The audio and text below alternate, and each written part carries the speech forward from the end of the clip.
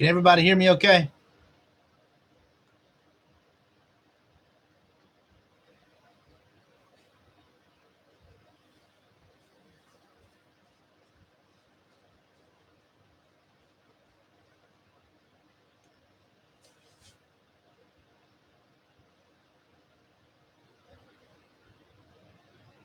Thanks, Ben. All right, guys, we're going to wait for just a couple minutes. I apologize for the delay. We had a real bad storm, had to relocate a little bit, then actually was able to get back home and get set up since we got power back. And go from there. So we got 13 watching, 15 watching. It should be jumping up fairly quick. Let me see here.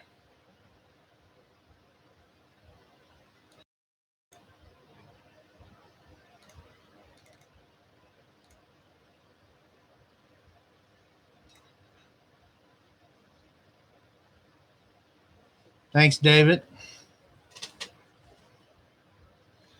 I'm going to mute my phone because it has been blowing up. Everybody and their brother has been sending Facebook messages and everything else. So we're going to try to make sure that we have no disturbances. It's been nothing but a rat race today. We're going to try something a little bit different today, too. We're actually going to, I'm going to try to show some images while I'm going to be moving the camera around. So you guys I'm going to need your help whenever I pull these images up to make sure you guys can see them okay. Because we're going to be talking about fish reveal settings, and then we're actually going to be talking about using structure scan, side scan properly, and some of the tips and tricks to basically get the more use out of the unit than what you're previously using. And hopefully a lot of these tips will be useful. I'm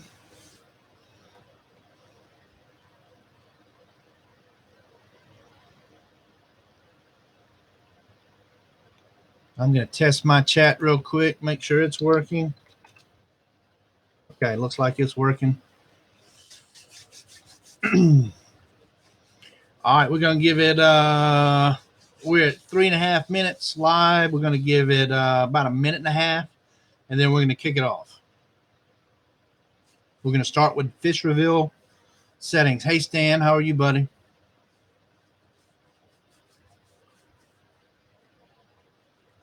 Hey, M4.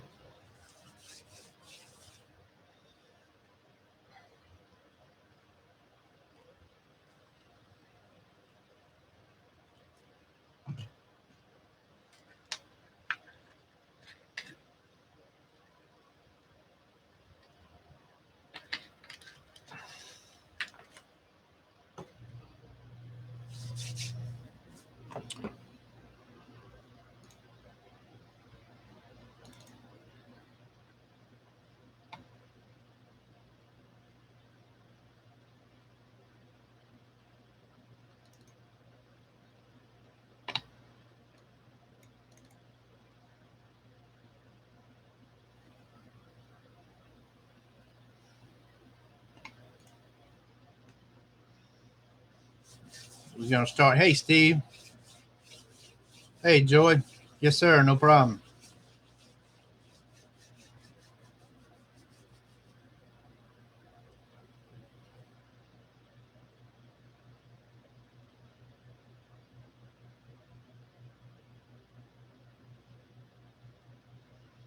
All right, guys. So let's get this thing started. We gave them 5 minutes. I'm sure there'll be people joining and dropping as we go.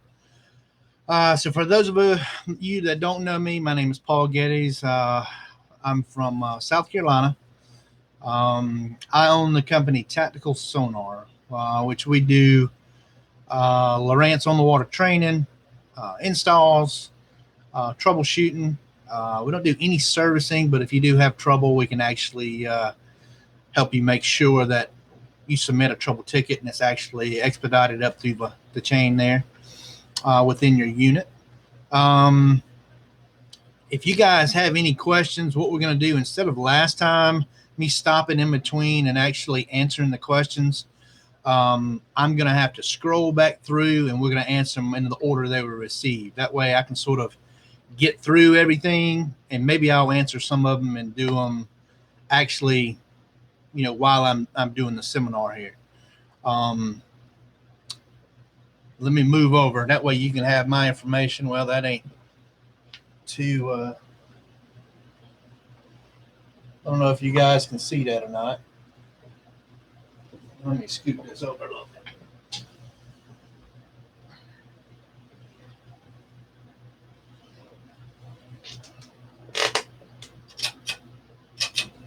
Nope. All right, so I'm going to give you my contact number since that's a little bit blurry there for troubleshooting. I don't need any good morning calls. I get plenty of those. Thank you. My phone number is 864-992-6362. All of my information, like David said, is actually on Lawrence University. It's tacticalsonar.com is my website. You can actually send me a message there, contact me, and we can go from there. So now that that's out of the way, so now let's talk about one of the things that I've been getting a lot of questions on, and it seems like, and go from there. As far as fish reveal, it seems like there's a lot of questions, and everybody thinks there's a lot of false returns, and it's all how you set it up. So what we're going to talk about, these settings are going to be the same on the Elite TI, all that field, all that line, the Gen 3, and the carbons. So if anyone doesn't know, there is a way you can actually turn fish reveal off. So when you're on this, you should go to pages, go to a full page of down imaging. You go to menu and go to advanced. You can actually turn fish reveal on and fish reveal off under your advanced menu. So if you don't like fish reveal, hit your button, turn it off. Why you wouldn't like it, I'm not sure. There's a lot of skepticism out there about some false returns and everything else. And what you guys are probably trying to understand is the sonar return that's actually hitting is pretty much returning that in the down scan also. So if you get a return, you're actually seeing either a small fish or a larger fish, and you should be able to see, if you use palette 13 in your fish reveal options, how big of a fish that is on how bright your return becomes. So before I go any further into that, I'm going to go ahead and tell you the options in fish reveal and the settings that I use. And I'm constantly tweaking them. Depends on where I'm at, what the clarity of water is, just like I am with sonar. So while you're on a full page of down imaging, we're going to go to menu, and then we're going to go to fish reveal options. Now, within your palette, so the first question everybody wants to know is, why is my fish reveal not showing up? I like the green palette. Well, what most people do is they choose the green palette as their base color for their down imaging. Shows fish better. Anything else, the palette number 9 will show you fish better than any other palette on the Elite TI, the Gen 3. Now on the carbon, you've got 1, 6. About any of them shows up very well because of the contrast difference. So the big thing here is the fish reveal options. So what I like to do is put it on palette 9 on my down scan, and on my fish reveal options, I like to go in and change it to palette 13, which is what I use on my sonar. So By doing that, 13 is going to have a lot more clutter, and it's going to pick up a lot more because of the colors and the contrast. So default sensitivity is 89%. So what I would do right off the bat is I would, instead of going to 89, is I would drop that to 80. So what that's going to do is that's going to take out your bubbles. That's going to take out the tiny, tiny bait fish that's swimming around, or any fry that's a year old, or fingerlings. And that gives you, basically, it's going to knock out some of that stuff. But if it's an actual good return and a good quality fish, or even a pound and a half fish, then you're going to get your arches. So one of the things that I was playing with today, I done an Elite 7 TI install, and basically went out on the water, done an hour class with the gentleman, and basically went through and set his settings. And while the water was pretty clear, I was actually down to about 78% on my sensitivity. When I went back up to the boat ramp, the mud was actually washing in from all these storms and everything else that we were getting here. And I noticed basically that at 78%, 79%, I couldn't hardly see anything because of the clutter of the water. So what I was able to do is I went up to about 85, 84, 83, just started playing with it, and they started showing back up good. So clarity of the water is definitely going to play. Same thing with sonar, dirty water, clean water, trash in the water. You're going to pick up when it gets dirty, you're going to pick up every little speck, especially, with your sensitivity. So the basic settings that I would start out with, and you don't have to use 13. 1 is a good palette. The only reason I use 13 is what I use in my sonar palettes. That way I know when you have a brown bottom, what you're going to have is, when you actually see a fluorescent green on the very bottom, that indicates a very hard bottom. So it stands out like a sore thumb.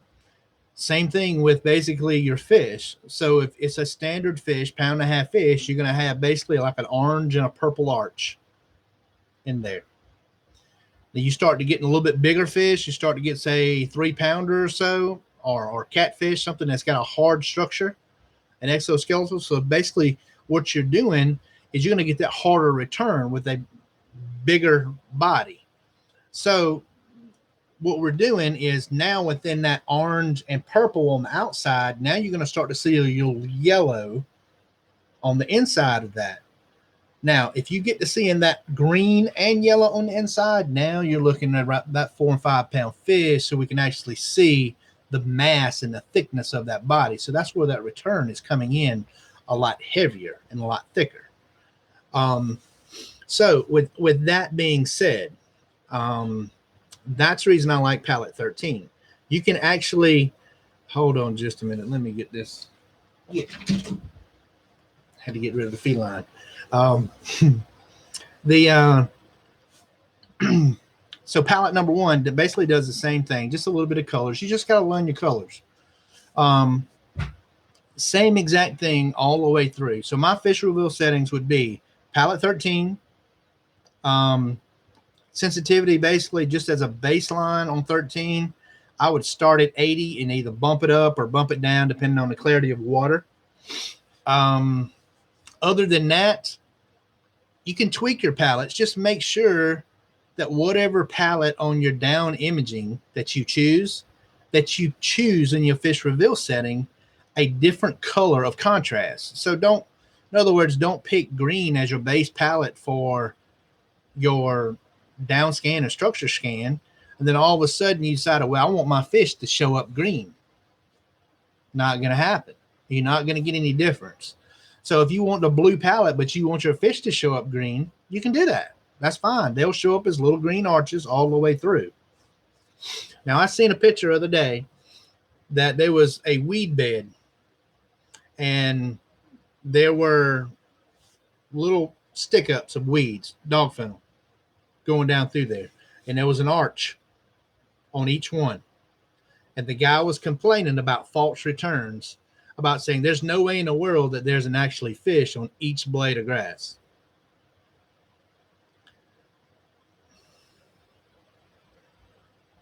So if you actually look, I'm not going to answer that question, Don. I'll explain that later. If you actually look within your down scan, everything else goes from down scan. Whenever you're looking at it, you're looking at your blades of grass and you're sticking up here. And then all of a sudden you see an arch here, you see an arch here, an arch here, an arch here on each blade of grass. Depending on the thickness and the heaviest of that return, that's what you're looking for. You know, if it's an actual big arch and you got yellow and you got your green in there, that's a fish. There's no doubt about it.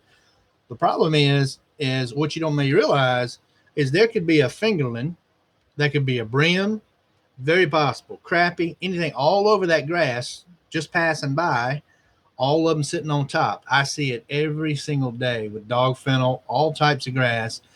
The bluegills are everywhere in it. They sit right in the top sun. So whatever that sonar is seeing, you're actually getting a return on it. It's not like something that down scan is actually making up. So that's the first part that we were going to talk about it. The fish reveal is very, very simple. There's not many options. Basically, down imaging has palettes 1 through 9, all the different colors. When you go to menu on down imaging, go to fish reveal options, and you have 1 through 13 palettes. That's the color of the fish overlay that you're laying on to from the sonar, that you're laying on to your down imaging.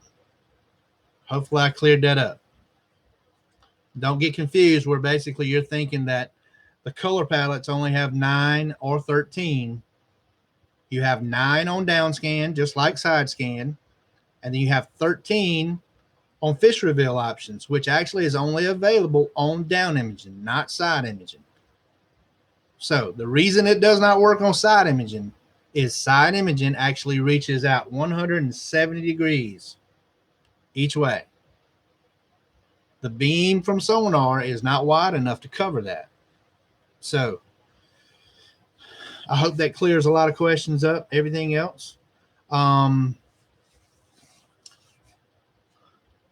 What we're going to do now is we're going to talk about structure scan and side scan. If you guys have any more questions about fish reveal, feel free to put them in the comments here.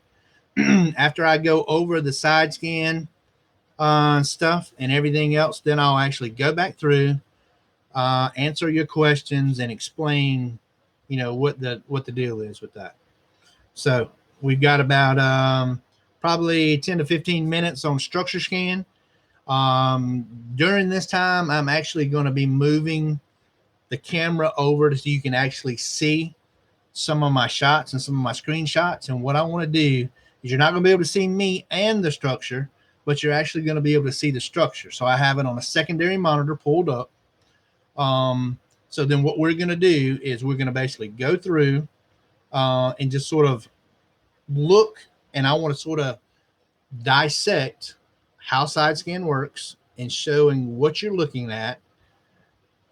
And basically, you know, like I said on my last video, a lot of people like to use side scan, but they only like to use it for 60 feet or 80 feet, or, you know, they think 3 times your depth. Well, I call that BS. If you're only going to use it for 80 feet, you're wasting it. I mean, you really are, because everybody I talk to basically says, well, I just can't see fish past 60 feet.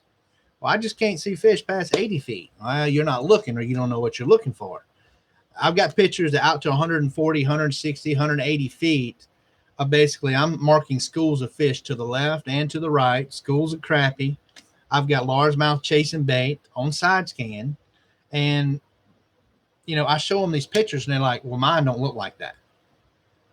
Guys, the key to great side scan shots and down scan shots is transducer placement. That is the secret to everything. There is only so many little minor adjustments you can make on side scan and down scan. Surface clarity, you mess with your contrast. Basically, everything is based on where that transducer is, how far up, if it's level. I mean, if you're riding on the boat and it's your transducer's pointed up this way and you're saying I can't get no, good pictures, well, I wonder why. Because you're trying to shoot at a 45-degree angle against, a flat angle.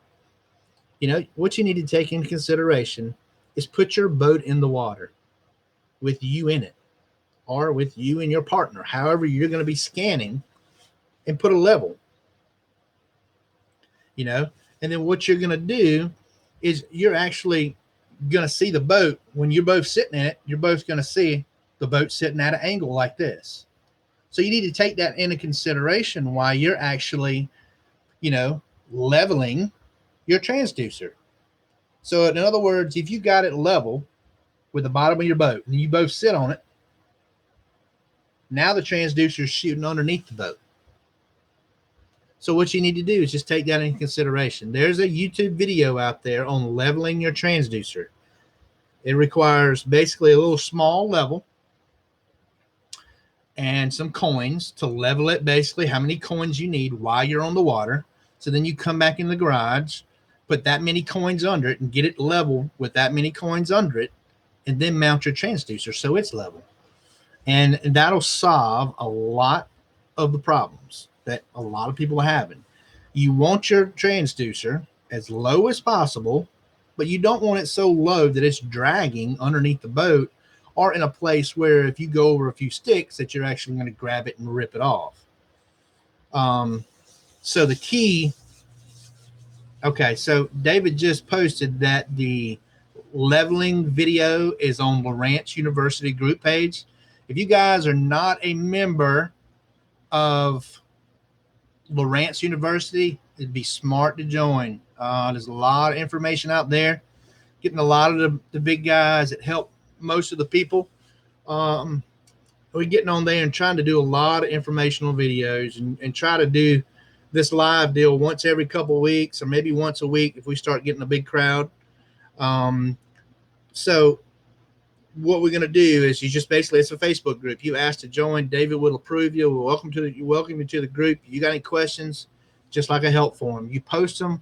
One of us will be able to jump in and answer. Just taking into consideration that, man, I am on the water. If I'm not doing an install, I'm on the water teaching classes. When I get home every night, 5, 6, 7, 8 o'clock, I've got anywhere between 25 minimum to 150 questions on Facebook. So just keep in mind, if I don't get to you one night, I'll get to you the next night. So I'm trying to spend time with a little family once I get off, but I try to answer them as much as I can. Now, as I posted before, if you need a service call, pretty much as far as your settings, you need me to actually walk you through it on the phone while you're on the water. That is a setup fee of $25. You can PayPal me, call you, get you on the water. I'll make sure everything's right. You send me a picture of your transducer. We go from there. And on the water class is $35 an hour. I am going to be at Cabela's in Greenville, South Carolina, one Saturday in June. We're trying to solidify that right now. It will not be this Saturday. So it's going to be one of the other three.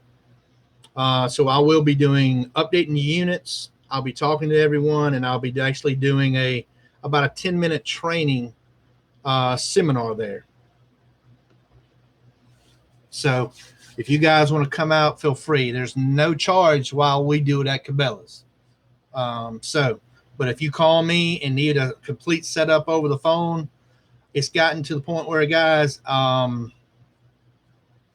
it's just wide open.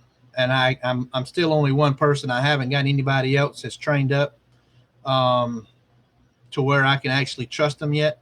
So there's a couple guys that's trying to get there, but they just haven't quite got there yet. So just bear with me. I'm trying to get as many and answer as many questions as I can. It's just there's tons and tons and tons of questions. So just keep that in mind. Okay, so now on the side scan. So same thing with LSS2 as in 3D. Needs to be down there low, needs to be able to pick up. Most people, when I get a structure scan call, basically what's going to happen is they call and say, hey, I'm scanning, a dock on the right, or I'm actually scanning the bank on the right. And, I'm not getting, I don't see any trees laying down. I'm passing a dock and I don't see any of the, the dock pilings standing up. I don't see anything. I'm not seeing anything at all. And basically what's happening is the transducer is a little bit too high and is scanning or hitting the ends of the tunes of the outside of the bass boat just a hair, and it's deflecting off of there. So you're not going to see that. So the transducer needs to be lowered a little bit. The other thing that we need to talk about is actually like I was talking about with the range. And I'm going to show you guys a picture that I've got pulled up that was taken off at LSS2. I think 3 years ago. Probably 12 Gen 3s, as soon as they came out, right before 3D came out. This will be an LSS2 shot. I'm in 15 foot of water. Water temperature is 57.4 degrees, and I'm actually looking 140 feet to the left and 140 feet to the right. So basically, what we're wanting to do is we're wanting, instead of actually going in and scanning 80 foot, and you're in a creek that's, maybe 120 foot wide, maybe 140 foot wide, whatever it is. The way I go in and scan these creeks is I want to make the most of my time. So I want to be able to go in and say, I want to see both sides at the same time. So I want to be able to scan the left and I want to see the bank, and I want to be able to scan the right and I want to see the bank. So I'm going to move the camera, guys, but what I'm going to do is I'm going to ask a question once I move this camera, because I won't be able to see it. So what we're going to do is I'm going to ask a question, make sure everybody can see it. Y'all just let me know on the chat, and then we will go from there. Okay? All right, hold on just a sec.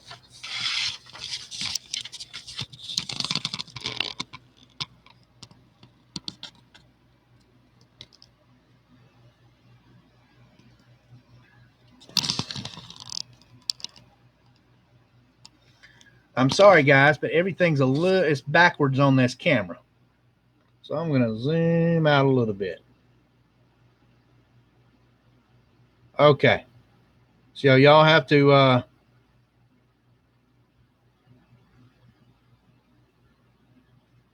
about that? Can y'all see that?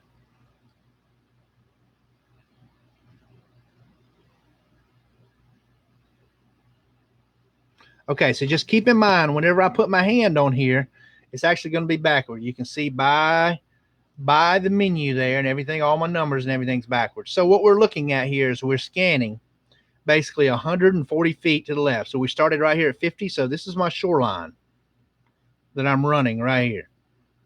So you see these steps right here? It looks like little steps beside this blowdown. While I'm asking this, does anybody know what those steps are? Somebody just type it out.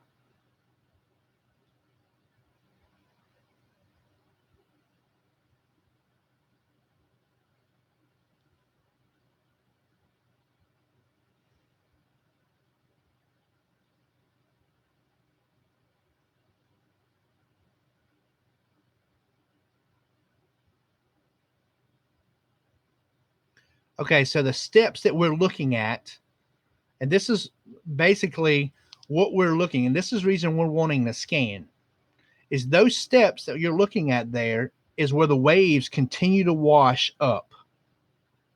So basically what's going to happen, every time it washes, it's going to create a little band. The waves coming in, you're going to constantly get that. So Does anybody right here know what this is right here? You got a white dot, white dot, white dot, white dot, white dot, and another row right here. So I know this is a little sketchy and I just hit the thing, but what we're going to do, this is the only way I can do this right now. So what I'm wanting to know is I want to know what this is right here. See these white dots is in a line right here? I'm going to zoom in on a little bit, see if I can give you a little bit better shot.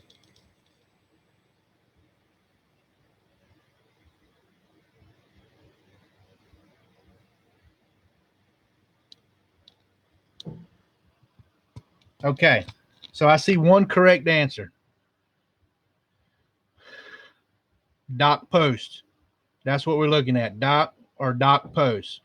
So anything you start seeing your little white dots, yes, you're actually looking for a grain of rice on side scan versus dots. Now you can still relate to dots, but grains of rice is always better once you're moving. So what this is actually a dock that's off the bank in the post. One thing you can tell about the post is they're in a perfect line. So nothing that's not man-made is not really going to be that perfect in a line. So you have to keep that in mind. So as you can see, right off the dock right there, of course, that's normal. If you see your center line here, that's dead center of the boat where the transducer is, right? So you come up to your center line, and if you actually see structure on the left and structure on the right, that means we actually went directly over the top of it, over the brush pile. Right? All right. So now I'm going to step it up just a hair. Should be real easy to see because this is a fairly big fish, but there's actually another fish in here that most people miss. So the largemouth that most people miss, can anybody tell me on your side of the screen where the largemouth is?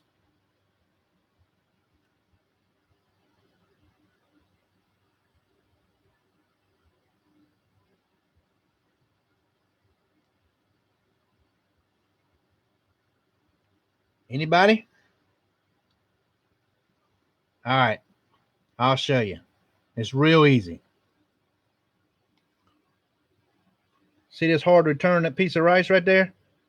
That's a big, nasty largemouth right there. Now, the second piece that most people would miss and most people really don't pay attention to, except I was actually looking for it, is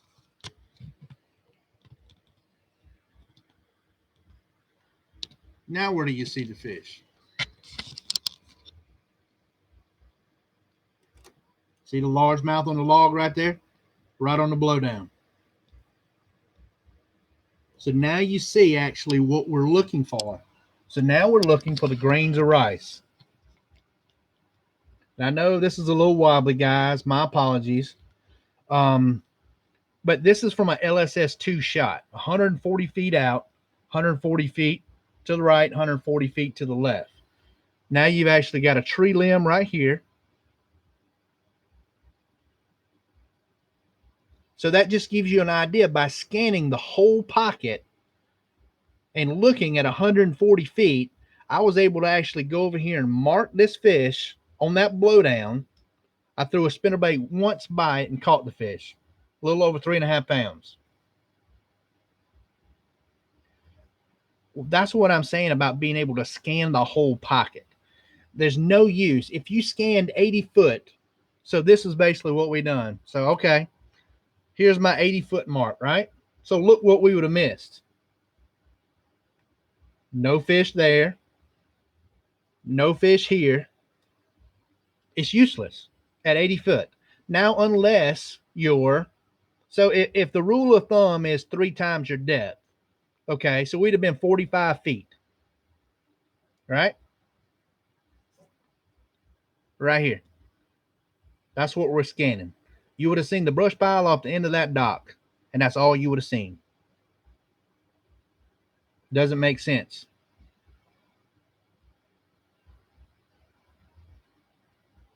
So I'm going to turn you back around for a sec, get you set back up for just a minute.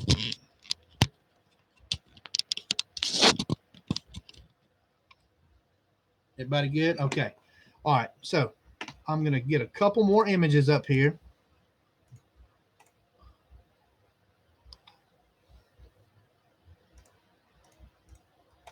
I'll bear with me just a sec. I know you got questions coming up. I see them stacking up already. I'm going through my pictures here.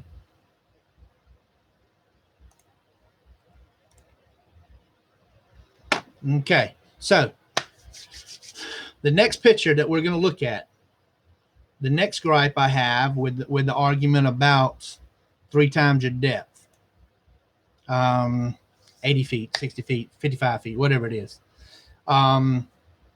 I like to use that structure scan and that width and that clarity, especially with the 3D in shallow water.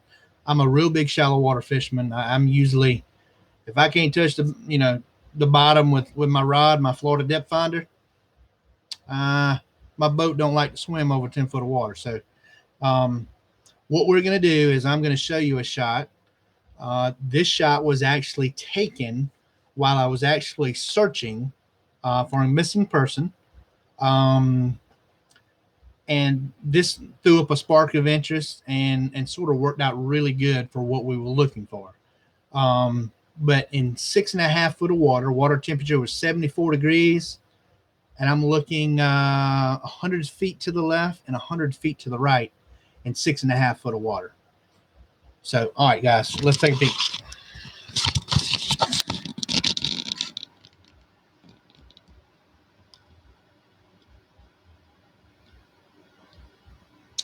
All right, so all right, let me get this. I'm having to move backwards, guys. This thing's it's projecting backwards from what I'm normally looking at. So when I want to go left, I actually got to go right. All right, so what we're looking at down here at the bottom, 0, you're looking 100 feet to the left, 100 feet to the right. So I'm sure everybody knows what this is right here. Right? Tell me somebody knows what that is. Somebody better know what that is. Somebody better type something in there. Thank you, David. So, boat ramp. So we're in 6.5 foot of water, 100 feet to the right, 100 foot to the left. So what we're looking at here is you're looking at a 3-bank boat ramp. So if you actually pay attention to the riprap underneath coming out right there, then where the riprap actually comes out all the way down, I would say probably 15 foot out into the water. And then actually you can see where somebody actually dropped a brush pile on the actual boat ramp itself. That's just right here. So next question is, now I'm going to zoom in on these, and I know somebody's going to get them. Clint's probably already seen this picture. I'm pretty sure he has before. But so you have to use your imagination a little bit with this. But as you can see, does anybody knows what these objects are right here beside the boat ramp? If you look at them real close, you should be able to have a nice little tip off.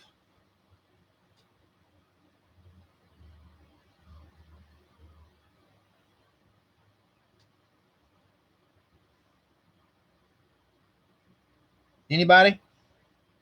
Look at the shadows. If you can't figure it out by the size of the actual structure, then that's actually docking. Clint, I knew you knew. I thought you'd seen this picture before. So basically, what we're looking at, guys, is what you can't see in this picture is there a floating dock right there. So what these squares are right here, as you see a perfect square of an anchor. But if you look out to the side, you can see the square shadow of it. So you know that it's man-made.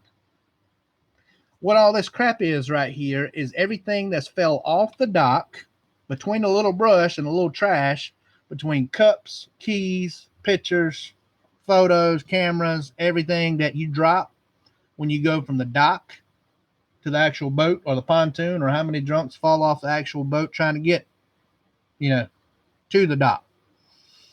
So that right there in itself just sort of gives you an aspect of sort of what we're looking at. Now I'm going to zoom back out. So the other two objects that we basically were looking at, these two objects up here. Now these two objects right here was a real interest to me, because basically searching for a missing persons, what I done was actually measured the top object, and it was 6 foot exactly. So my next concern, I'm going to zoom a little bit further in. So if you was going to actually, commit a crime and actually try to bury somebody, you would need a couple weights. So that looks like to me a smaller rock and a bigger rock. Right? So what we done is we actually sent a diver down. Got everything pretty much satisfied. I'm gonna turn you back around just for a sec. What we found was pretty interesting. So within that top object there that we seen, that was a 6 foot umbrella. Within that umbrella was guns, valuables, wrapped in plastic. Someone actually did bury it. Stolen guns, a little bit of everything, but that's where they pretty much discarded them at. The other two were rocks. We was not a body, but unfortunately, we found what we was looking for about 6-8 months later. The next picture that I'm actually going to show you is what we do here in the Carolinas. If anybody's from Carolina, anything about herring lakes, this is what we look for constantly. In the Carolinas, North Carolina, not so much, but in South Carolina, you got all the big herring lakes: Hartwell, Clarks Hill, Russell, Murray, every one of these. Like the Forcewood Cup.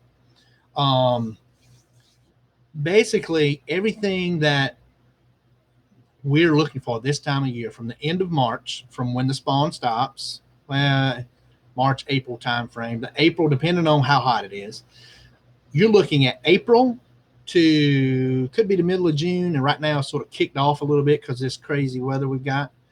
But so what we're looking at all this time prepping for this is we're dropping bamboo piles all over.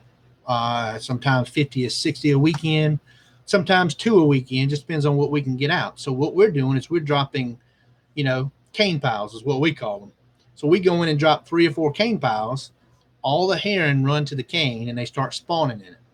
Well, all the spots and all the largemouth hang around all these cane piles all the way around. They just keep circling. One spot or one largemouth decides to get a little jumpy. They rush into the cane pile. It makes the herring scatter. That's when you start to see the schooling activity. Once you pull one off, it's just like ledge fishing. You pull one off and you can fire it up the school and it's wide open.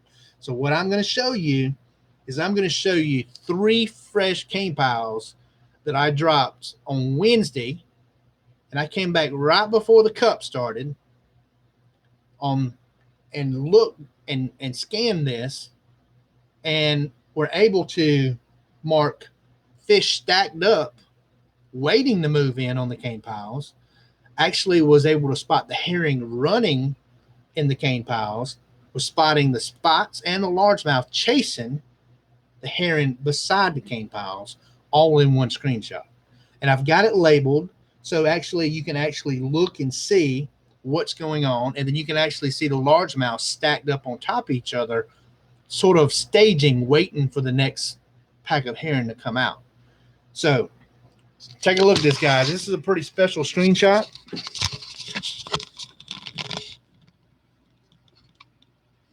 So let me get you right here. So what you can see right here, this is largemouth stacked up. about as thick as they come. Now, this was taken before Fish Reveal came out.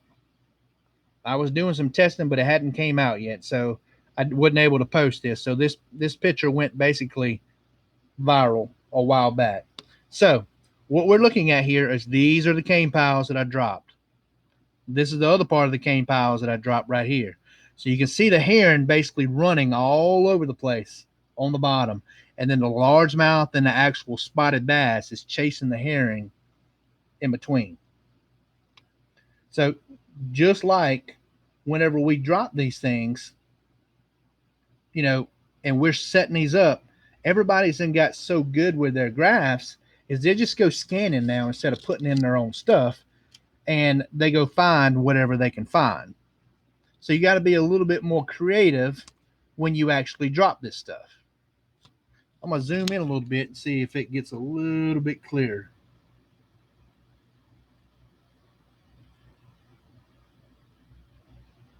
Hopefully that gives you guys a little bit of an idea of sort of what, you know, you're looking for, and sort of, you know, how they're actually setting up, and a little information. So that screenshot there, that was pretty much, it took them 3 days roughly to get on it. And we're talking about from dropping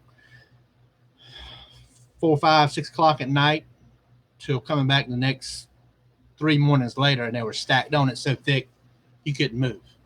It don't matter what you threw out there, you got bit. So I've got 2 more pictures, guys, and I'm going to show you. Now, I've got a Florida bed fishing picture that actually scanning left and right, 9 foot of water. You see a weed bed that actually you see a slew of largemouth beds pretty much in this pocket. I was actually able to catch 2 of the fish in the open. I think this was last year on bed. I can't remember, 3 or 4 pounders, not nothing major, but what this was able to let me do is let me scan instead of actually getting up on the fish. I was actually able to go and look and scan the pockets and the weed beds. So again, right here, dead center, I'm looking 100 foot to the right, 100 foot to the left. This is a span of hydrilla right on the corner right here that I was marking all the way through here. Now, as you can start to see, you had a little pack of brim beds right here coming in. See the 2 largemouth on the beds?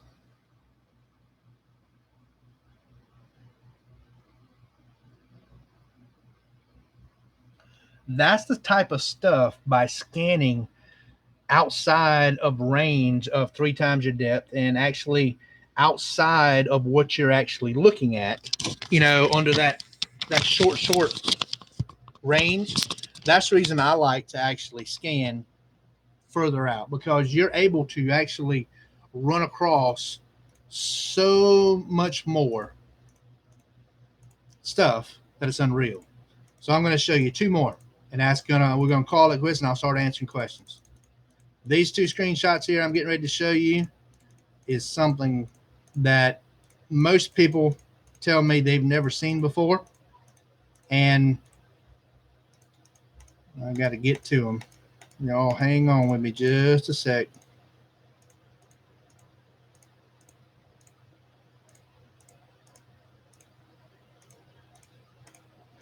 I got so many screenshots, I just got to work through them real quick. I wish I had the little plug-in that I could actually throw it on the screen while I'm talking, but I've got to figure out how to do that and get that squared away.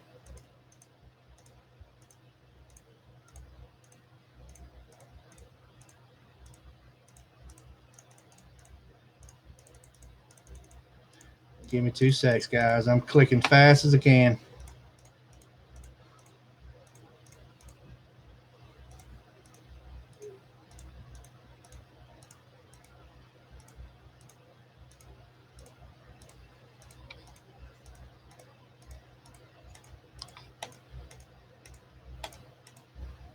Okay, so in this picture right here, what I done was I actually scanned. I was in 25 foot of water, 120 foot to the left, 120 foot to the right.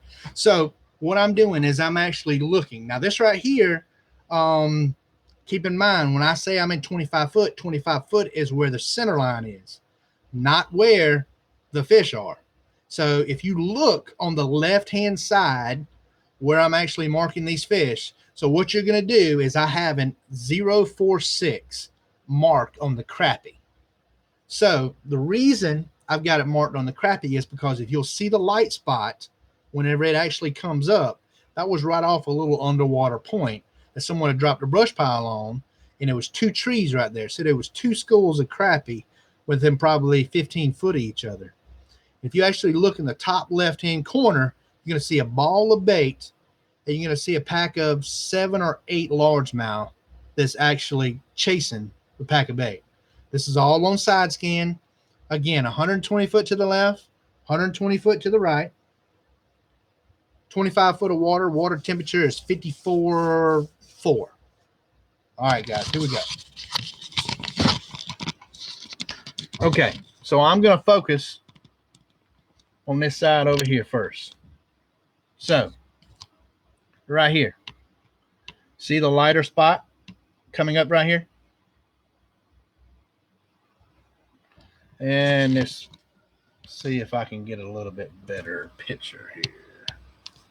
So you see how right here, see how the fish are like little dots, and they're actually right on top of each other. I mean, they're not like horizontal marks, they're dots. That's crappie. Anything that stacks right on top of each other is either white perch, yellow perch, or crappie. Anything that's like that, that's gonna. So our next little thing is we're gonna move up, and now we're starting to see what we're looking for. See this ball of bait right here that's moving.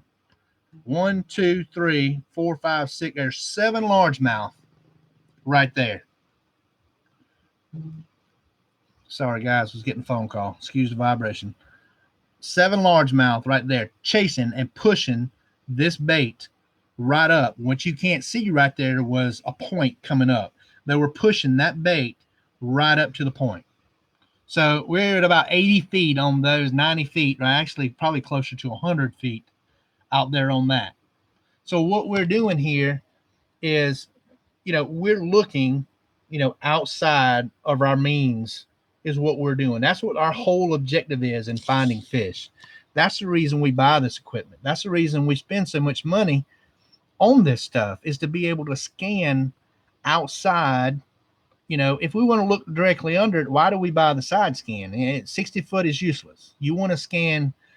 Now, don't get me wrong. I can scan up to 400 feet left and right, and I've posted pictures finding boats like that. But on average, I'm spanning 160, 140, 120 left and right, usually because I'm in the dead center of the creek and looking, for stuff like this. This is what I'm wanting to do, especially right now. You're going to run across these jokers this time of year doing the same exact thing that they were doing, except you're going to see the actual beds from the bluegill that they're going to be rushing. So I got this last one, and then we're going to be done. I'll start answering your questions.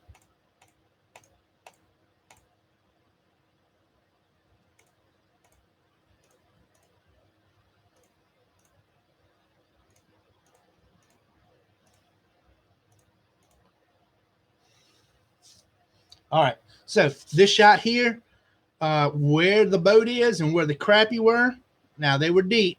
120 foot to the right, 120 foot to the left. Largemouth,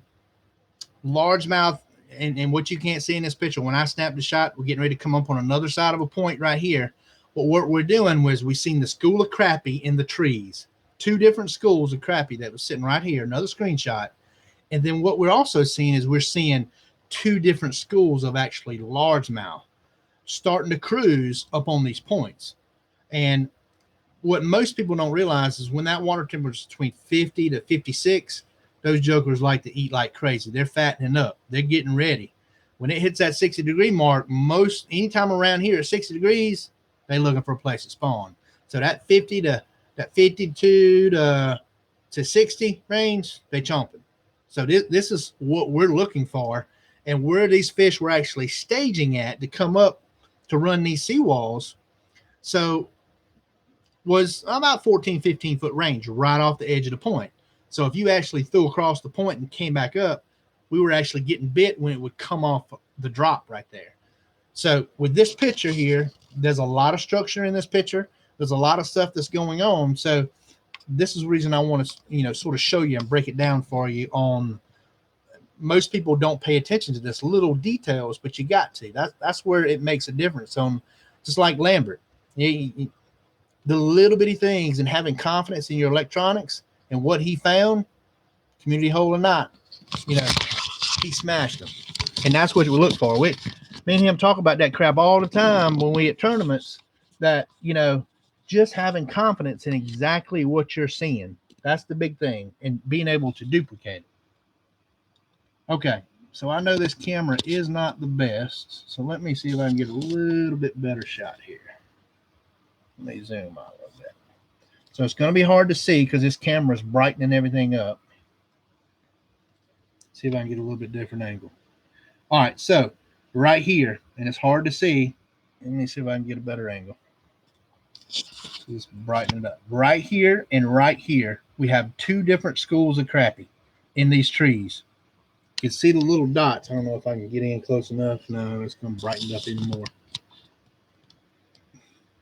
That one's a little harder to see. It's very easy to see on my screen, but very hard to see on yours. And I think it's just from lack of focusing and it brightening up everything.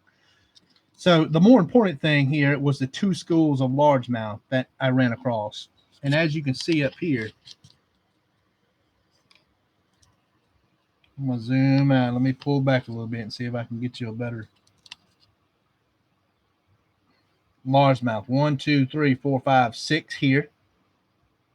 1, 2, 3, 4, 5 there. What you can't see, and you can see it starting to lighten up here.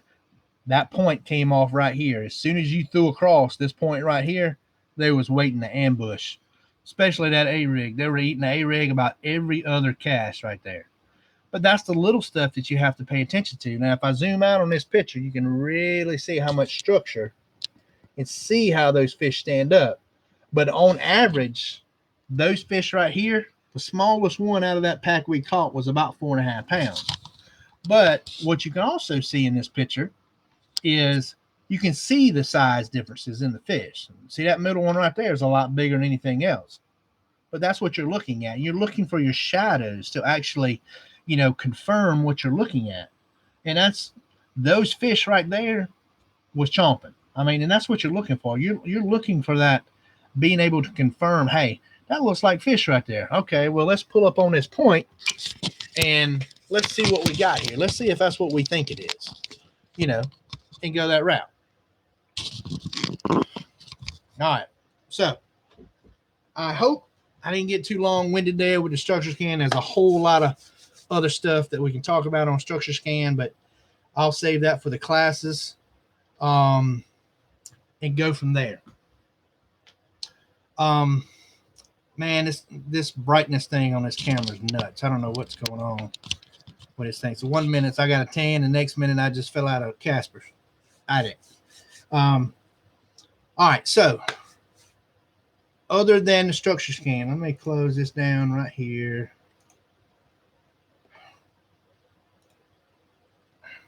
All right, let's see here. All right, I'm going to get back up to the first question here. Y'all bear with me. It's going to take me a minute. I can scroll through his. Community edits on my, how do I get community edits on my Elite 12 Ti? You're talking about on Navionics. You have to make sure you download them whenever you update your card. Then it'll actually be a button you can actually click. But you have to download them first. Next one. How about Mark Pulaski asks, how about color baseline sensitivity? When you say baseline sensitivity, Mark, are you talking about on Fish Reveal, the actual line that's sitting above the bottom? Is that what you're talking about?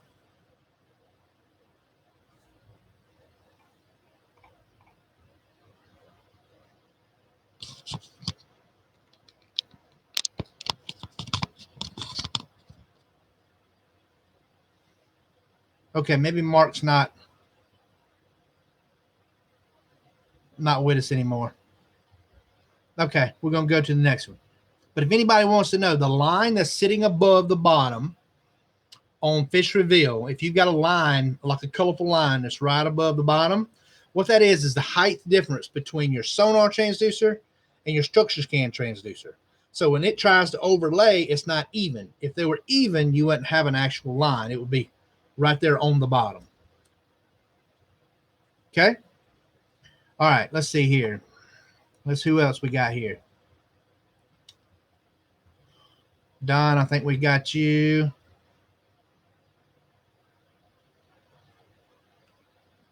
Clint, what frequency is the sonar frequency of the Fish Reveal? Is actually the same frequency as sonar, whichever you're changing. Joey Mayberry, I watched the video on downloading social maps and my unit will not recognize the card. I checked and the map file is on the card. It needs to be 32 gigs or less. Make sure, I said that in that video, that's one thing you need to check. The other thing you need to check is to make sure that your content ID number and your serial number is actually on Insight Genesis website as a plotter. If it's not on that plotter, or if it is and it's still not working, delete the plotter and re-add your serial number, content ID, and your name, and then retry to download it, and it should work fine. Okay, I think Clint was trying to help him. Okay, let's go to the next time.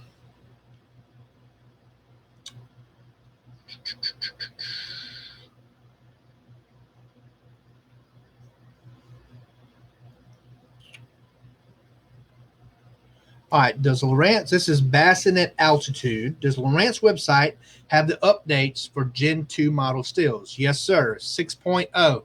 They're still on the website. Tim Beers, in my Hobie with the Hook 27 triple shot, why do I lose bottom when I go over grass and it takes a long time to pick back up? So, Tim, the big thing is whenever you're actually in a kayak, what you need to look and see is where your transducer is placed. If that grass is coming all the way up to it, what you're doing is what it's trying to do is it's trying to lock onto it, just like a foot of the motor. Anybody that's got a flat back boat, center console, John boat, anything like that, if they go in and turn that unit on and actually go in and start the unit before they put the boat in the water, what happens is that unit pretty much sees a hard bottom in the foot of the motor. It locks on 2.5 feet, and then actually when you put it in the water, it doesn't want to unlock. So what you have to do is you trim the motor up, which I know this doesn't apply to you, but just so you get an idea, trim the motor off, restart the unit, and it picks the bottom back up. Then you can trim back down. Sort of the same concept. I don't know if you have it in a scupper hole, if you got it on an external rod. I don't know how you got it mounted, but if you want to contact me, I can definitely help you with that. Send me a message, go from there. Let's see here. Marty Gary, what's your boat speed when you're scanning for structure and fish? Optimal speeds between 3 to 7 miles an hour. I'm usually kicking in idle and rolling. I may speed up a little bit.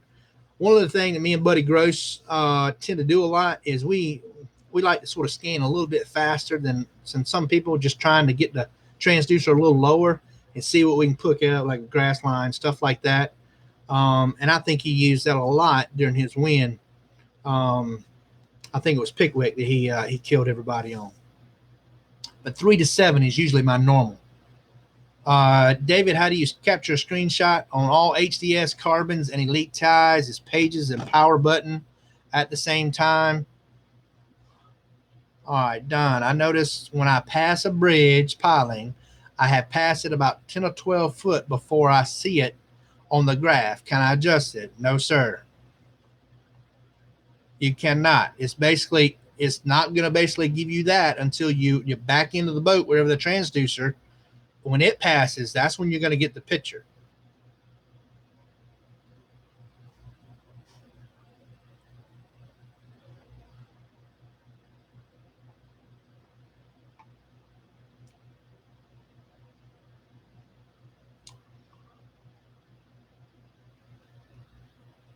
Bass Pro 009, if you had a Gen 3 and wanted to get better side imaging and can only do one option, would it be getting a carbon unit or adding 3D to Gen 3? 3D, hands down. Don't get me wrong. Carbon and 3D, awesome. I mean, by far the best. But if you can only do one, I would go Gen 3 with a 3D transducer. I got some killer shots on a Gen 3 with a 3D. You just don't get that extra contrast and extra brightness that the carbon's going to get, but I would definitely go with the 3D, especially. I can't say that yet. Coming up June, they're going to be running some specials, so you just want to keep your eyes out. There's going to be some good stuff coming out in June, as far as some rebates, stuff like that Lawrence has got coming out. So you should be good to go if you were looking at a 3D. If not, you just get in contact with me. I can help you there. Oh, color line is 76, Mark. I'm sorry. I just saw your reply. I keep it on 76 is what I usually keep it on. That's the standard. Anthony Johnson. I was fishing Lake Rayburn today and had a line in about 11 to 12 foot deep. Had what looked like interference under it. Was this the thermocline? Not sure.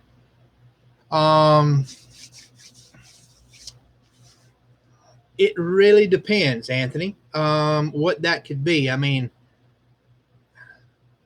most likely that's the thermocline. The thermocline on Lake Greenwood today was 15 foot. Water temp was 84 degrees. 15, 16 foot. What you can do is actually, if you actually increase your sensitivity up to about a +6 or a +7, and wherever that top line stops, that's your thermocline. So if that happens right there where you're seeing that, that's where you can actually do that. And that'll tell you right there, up front, if that's your thermocline. I would actually have to see it and go from there. But if you can send me a screenshot or whatever you need to do on Facebook here, or whatever you need to do.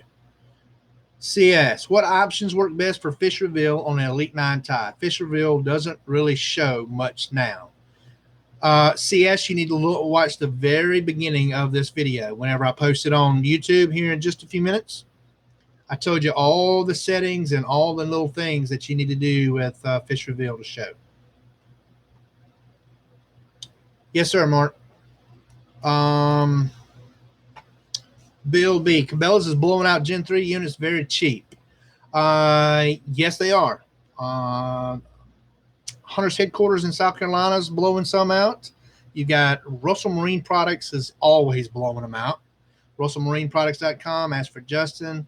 They are always blowing stuff out left and right. So with that being said, guys, it has been 1 hour and 9 minutes. Sorry it ran over a little bit. We had that storm come through and it just sort of messed everything up. It seems like it's always something going on around here. This hurricane or tropical storm has just been pouring it down on us for the last 2 weeks, and it's been crazy. So I hope everybody enjoyed. What I'm going to do is, as soon as we end the stream, this will be on Facebook. We'll upload it. Check on Lawrence University for our next live episode, and then what we're going to do is we're going to really try to expand this out a little bit and just try to cover a topic each week and try to get to where, we have something that if somebody needs something, they can contact me directly and I can either get it to you or help you with it to make sure. But I would love to see some screenshots after the adjustments. If you guys want to send some screenshots to me on Facebook, I'm actually going to be I'm working on a new concept of some stuff where I'm going to be bringing some YouTubers in that follow me, and we're going to be doing some challenges with some fish finding on the using Lowrance, and we actually going to be doing some other stuff. Kenny, if yes, sir, Mark. Kenny Dunn, I need your help with a carbon. If Lowrance, if you contact me directly, Kenny, either Paul Getty's Fishing on Facebook or tacticalsonar.com.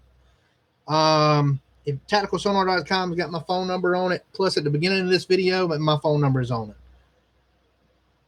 Just hit me up and I'll help you.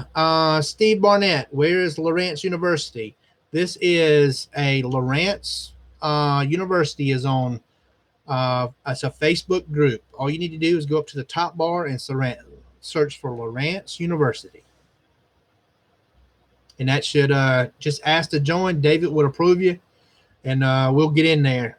The other group that we have is Lowrance Tips and Trips, and that's my group. We're approving somewhere between 200 to 300 to 400 people a day on that group, and that group is growing crazy. Another place you can ask and get answers to questions. A lot of great guys on there. If I'm not available, Clint can always pretty much answer some of the basic questions. He's real good in answering a lot of the basic stuff. He's always on the water and sees a lot of crazy stuff like I do. But on Lowrance University, also the guys that you really want to that work for Lowrance with us is Jacob Scott and Mr. Freeman. Both of those guys are jam up, and like I said, they'll be able to help you. They're hardly ever on, but if you ever catch them on, they exactly can go from there and help you if I'm not available. But I'm probably going to be your first avenue as far as availability. Tacticalsonar.com is the website. See the poster behind me, and I don't know if you can see that or not, guys.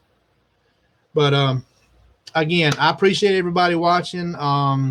What we're going to do is we're going to actually get everything together, post this thing on Facebook here in just a few minutes. Comment on it if you got any questions. I'll get all the notifications. If y'all need anything else, or if you need a setup call, like I said in the video, it's $25 for a setup call. That's a remote setup call where you call me. I tell you how to set up everything on your unit, walk you through it. That's $25. You pay with that doing PayPal. If you need an on the water one-on-one class, it's $35 an hour. Average class is 2 hours. So if you need anything else, feel free to hit me up. Do anything you need to do. Just keep in mind, I'm very, very, very busy. So this time of year, everybody's on the water, and unfortunately, we've got a drowned victim right now. We're trying to find from over the weekend. So I'm involved in trying to get that taken care of. Going to be trying to head out and get that done tomorrow. And so I hope everybody has a safe and great week. And if I can help you in any way, just let me know. I appreciate it, guys.